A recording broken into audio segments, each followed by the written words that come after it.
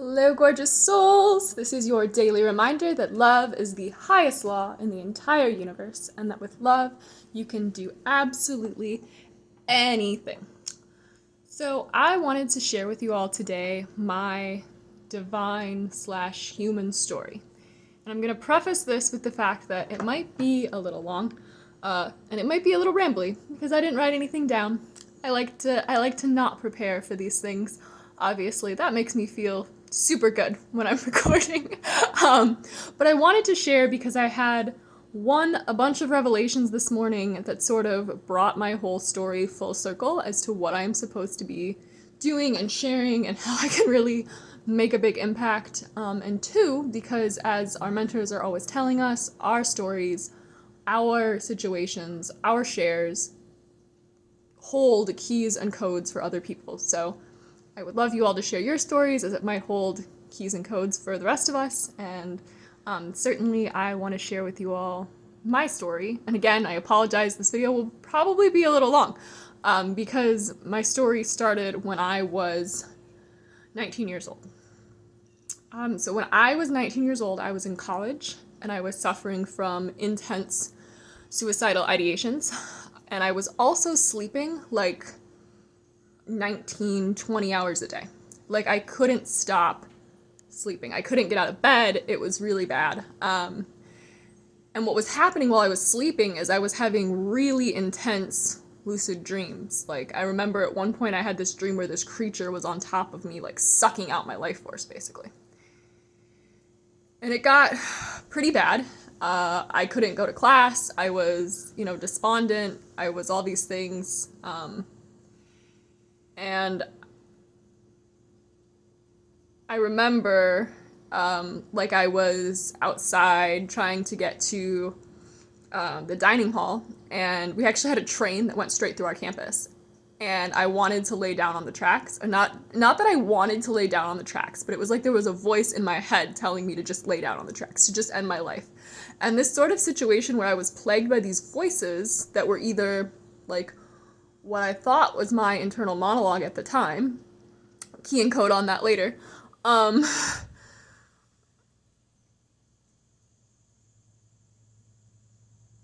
don't remember what I was going to say. I want to tell you all the thing that I just learned, which is if you hear your voice in your head and it's like you hear the voice that you hear when you're reading, that's not really your voice. That's actually like it's energy coming through. It's clairaudience. It's a thing.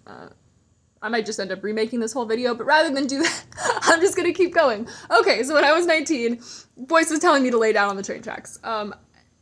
I did not do that. Instead, I ended up going to a hospital. I hospitalized myself for suicidal ideations for 1 week. I didn't get better, but basically what happened is they told me that it would be cheaper for me to just rent an apartment somewhere and I could sleep all day instead of doing that where I was. Because, I was costing my parents money. So all of these sort of triggers were coming up in my reality, right? Me not knowing that at the time, being 19, sort of mortally crushed by this doctor telling me that, basically I should just leave. So I did. I withdrew from college. I came home. And I went off all of my medications. And I ended up dissociating for 7 years. I didn't know this. I thought that I was doing amazing. For 7 years, I sort of lived this mundane, average life. I had a partner. I had a daughter. I have a daughter. She's amazing. But it wasn't really what I was meant to be doing. It wasn't what my heart was set on. It wasn't the reality that I had once pictured for myself, right? In a lot of ways, I had settled. And I didn't know that at the time. And it was, I think in 2019. Yeah, in 2019, when I found Daniel Raphael and dream porting, for those of you who are familiar with that modality, and I started my sort of healing work journey. I remember I looked across the kitchen at my daughter one day, and and I realized how unhappy I was. And I was like, there has to be more to this. Like, I have to figure this out. And that's when I found Daniel, and I did dream porting. But I wasn't a very good student, right? So I would do pieces and parts, but I never did the full gamut, right? So it was sort of successful for me, sort of not. But when it came to the timeline activation, I was like, oh yeah, of course, I'm going to do that part. So I did the timeline activation. Some stuff happened in my life, and I ended up realizing that I was 100% done with my relationship. But I didn't say any of this out loud. I just checked out on the inside. I completely checked out. And one night when my ex-partner was like making a podcast or something, I remember I did one of the energy healing pieces, and I was in this super high vibrational state, and like everything was radiant and magical, and I was out on my porch, and I had this impulse. I was like, okay, I'm gonna reach out to some people where there's like, you know, bad energy, whatever, to try and clear the air. And there was this person who I really wanted to reach out to, because I think I still care very much for that person, but I didn't. Instead, I reached out to the person where I was like, well, I care about you, and I want to see how your life is going, and I want to clear the air between us, but there's nothing weird emotional there, right? So I reached out to that person. And it turns out that that person ended up being back in the state. Back in the state, strangely enough. We start talking, and we talk probably for like a year. I now realize that my emotions, thoughts, and feelings were creating my reality.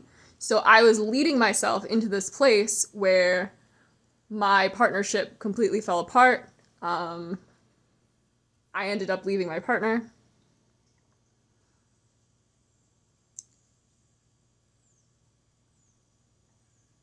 And my life was very tumultuous.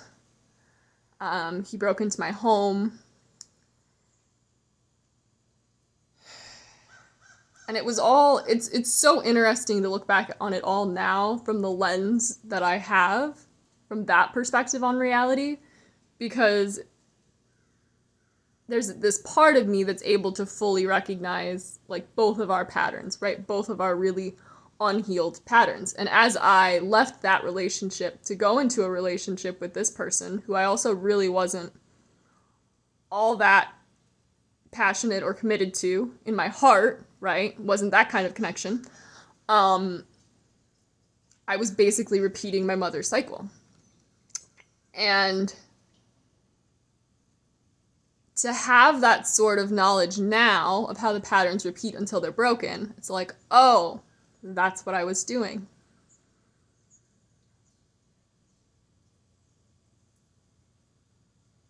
And I'm realizing that I didn't talk about how the universe woke me up when I was 19, which is like the most important part of this whole story. So when I was 19 years old, after I'd hospitalized myself for a week, I came home, and I was at my grandparents' house, sleeping in the bed, and it was like this light just overtook me, and it was like this go into the light moment, and I just completely let go.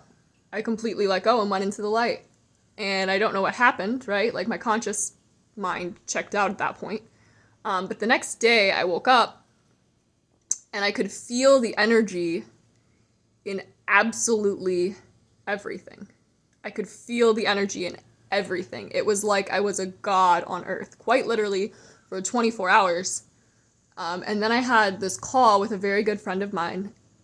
And I remember like the energy was so chaotic in my body. It was so much because I couldn't ground, right? I didn't know how to ground then, don't know how to ground now. Kidding. But it was so chaotic in my body that I remember my friend started crying. And the instant that he started crying, I remember it was like I felt this huge pain in my lower back. So like the left side of my root chakra, I now know. And I experienced, I believe, the Shakti or Kundalini blowout, right? But I didn't know any of that. All I knew is that my magic powers had turned off. I was really sad. Everything was back to the dark place. but I felt better than I had before.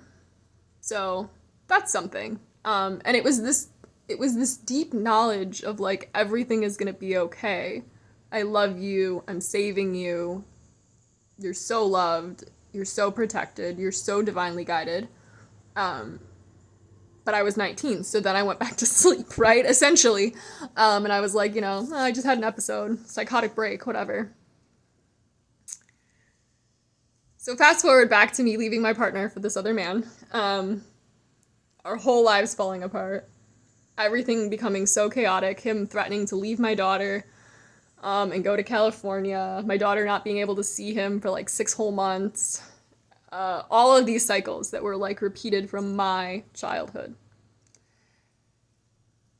And I could feel them repeating. And even like being with this other person I'm realizing was a pattern too of like my mom's second husband, whole thing.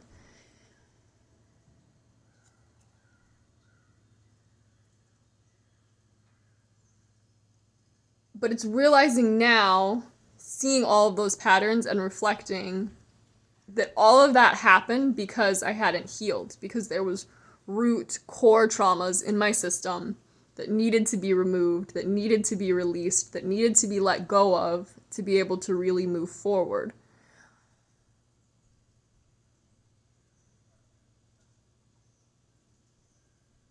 And after dream porting and the activation with Daniel and all this stuff, last year while I was still with this other person, I started doing Geo, right? And in Geo, I also experienced very strange things in reality that cannot really be explained. I felt just like in the highest vibrational state possible. At one point, it was like I could literally see like light around my entire body, like, and I'm a transmuter, so I guess I could like see my light of transmutation at one point. I was on this super high trajectory course. I thought that I was going to start this business in healing, right? I thought like, I've got this figured out. Now, granted, there are a million healers out there, and turns out I had a small worldview. But for me, everything that Oliver has been showing me is like pure, complete magic, right? I was like, whoa, people need to know about this. Like, this is crazy. It turns out there's a lot of healers out there and a lot of different modalities. I still think that I can make a pretty big impact in this area because people just we don't grow up in this consciousness perspective around here. We really don't. Which is why I tell my daughter all the time that she's creating her own reality. Maybe a lot of pressure for a kid, but I want her to have all the keys and all the codes and all the tools that I did not have. So anyway, as I'm in this super high trajectory to start my healing business, etc., I had paid this lady to start my business, and I'm telling her that my mission doesn't like resonate on a deep enough level for me. One thing that I didn't mention is when I was 24, back in 2014, I had an abortion, and then again, actually in 2021, I also had an abortion. And I thought that my mission was to help women who've been through that sort of get back to the light, realize that they can heal, realize that they're forgiven, realize that they're loved, realize that the choices that they make are just a part of their journey, and they're allowed to make the choices that fit for them at the time, right? I mean, knowing what I know now, would I make those same choices? Probably not. But it's all, perspective, and we learn and we grow. But I sort of was like, that's who I want to help. But then there was something about it that didn't resonate. It didn't resonate on a deep enough level for me. And I remember I told my healing business coach this. And what happened from there is it was like reality shifted and I started spiraling back down. And I spiraled all the way back down to the very bottom. And my bottom, remember, is wanting to kill myself. So I was planning to go to Hawaii for this big priestess trip, which I did end up going. But before my trip, I was laying in bed, not able to get out of bed. I had sent my daughter to stay with my sister.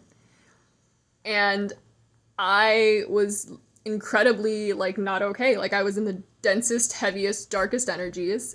And I remember the universe just guiding me to take the perspective of the observer, to create all these timelines in which I die, and to just let my body do whatever it needed to do to come back to normal. And that looked all kinds of different ways. Some people call it, it's like the basis of tantric meditation, but I don't think it's really tantric meditation. But for some reason, that's what was like coming through for me information wise, is that it was a form of tantric meditation.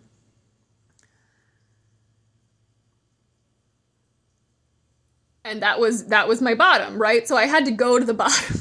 I had to go to the bottom again before I could start climbing back up. Then I went to Hawaii. It was amazing. It was like everything bended and shifted around me, like I was controlling all of reality. Like I would move and do like shamanic dancer type things, and then the weather patterns would shift during our collective ceremony. Like a lot of the ceremony was actually ended up being channeled through like my vessel. Like it was a very cool experience. But then I came back from Hawaii and sunk back into a deep depression. So it's taken a little while to start climbing back up again. But I've realized that it's because that's my mission, right? I go to the dark places so that I can bring the light, and the dark place for me is helping people who have wanted to check out. It's helping people understand that. And then this morning, I was having all of these really big revelations about clairaudience, because that's my primary gift, is actually hearing things, right? And it was one, realizing that I heard things when I was little and that I shut it off, which happens a lot with gifts. But two, it was in watching this podcast yesterday by Whitney McNeil. I'll see if I can link it below if anyone's interested in learning a little bit about clairaudience. But one thing that she talks about is how clairaudients actually hear the voices sometimes as like their internal voice. So if like you're reading a book, the voice that you hear in your head, like that's actually messages that are coming through for you. And for me, it was realizing when I was a kid and my parents would fight and I would go into a lower vibration, and then I would start hearing voices, and the voice was myself telling myself how I was garbage and worthless and didn't deserve anything and yada, yada, yada, yada. Like, it's because I was in a lower vibration that I was hearing the lower vibrational energies. And this doesn't sound like a big deal, but, you know, I've asked in almost every spiritual group that I've joined, like, hey, does anyone have clairaudience as their primary gift? And I haven't actually found anyone other than myself. And then I am a part of a clairaudience awareness group, and in that group, everyone is like living in the woods, like they all live in isolation. They're putting red things all over their house. They're like very specifically doing this mountaintop activity like every day. They're constantly, you know, being plagued by these heavier, denser energies. And I have yet to research this, but I'm wondering if there's, you know, a strong correlation. I mean, there probably is, right? We hear that like people who have suicidal ideations, it's because they're like hearing voices in their heads. And I'm like, oh my gosh, is this true? Like, is this relevant? You know, and just in thinking about how many people I could potentially help through the bottom brings me so much joy and peace and clarity. And it's like realizing sort of full circle, this is why I had to go through all of this. And this is, you know, these are probably the souls that I'm meant to serve. And I'm so grateful to be able to help them to understand that they're not crazy, right? And we're not taught that hearing voices is a gift, right? We're taught that it's a burden, that it's something that you should be hospitalized for, you know. My grandmother could hear voices as well. You know, she was diagnosed as schizophrenic very later in life. She had a very hard life. And I had done this sort of beautiful meditation with the Lords of Karma, and after I cleared my karma, my grandmother had came to me and like talked about how proud she was of me and how I'd received this gift, and I didn't know what it was at the time, but now I'm realizing that it was the gift of clairaudience, that I had sort of been able to turn that back on.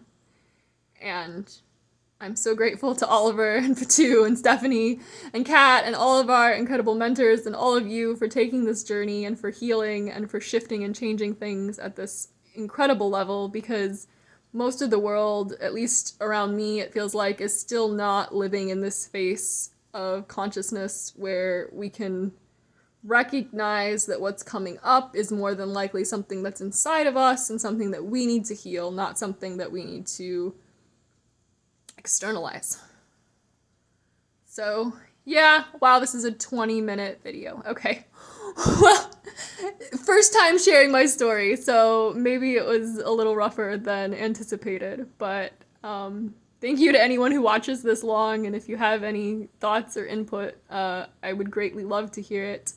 I hope you all are having a fantastic weekend, and I will see some of you soon in the mentor session. And take care and have an amazing day.